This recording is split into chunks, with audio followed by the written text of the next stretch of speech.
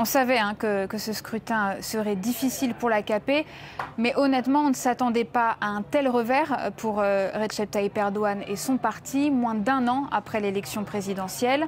Selon les résultats préliminaires, l'AKP n'a pas réussi à reconquérir Istanbul, Ankara, Izmir, Adana, soit 4 des plus grosses villes du pays, mais ils ont aussi perdu d'autres villes majeures comme Bursa. Les analystes à Istanbul, là où je me trouve en ce moment, sont franchement assez incrédules face à ce qu'on appelle déjà la vague rouge du CHP. Alors si on prend un peu de distance sur les choses, ce soir réellement, est-ce que c'est l'opposition qui a réellement impressionné lors de cette campagne ou est-ce que c'est le parti au pouvoir qui a franchement déçu ?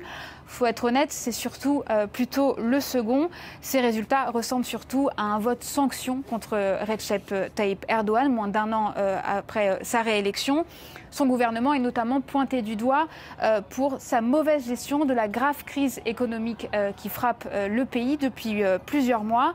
Néanmoins, il faut rester prudent. On le voit, les résultats ne sont pas encore définitifs. On voit déjà des grandes marges se définir. Mais bon, voilà, les résultats ne sont pas définitifs. Donc il faut garder un peu de parcimonie dans ces analyses. Et puis il faudra attendre les résultats définitifs sans doute demain dans la matinée. Ce qui est certain néanmoins, c'est que ces résultats donnent une certaine leçon d'humilité à Recep Tayyip Erdogan. Et ça va sans doute le pousser à revoir un peu son mode de gouvernance sur ces prochains mois et puis sur ces 4 prochaines années avant la présidentielle de 2028.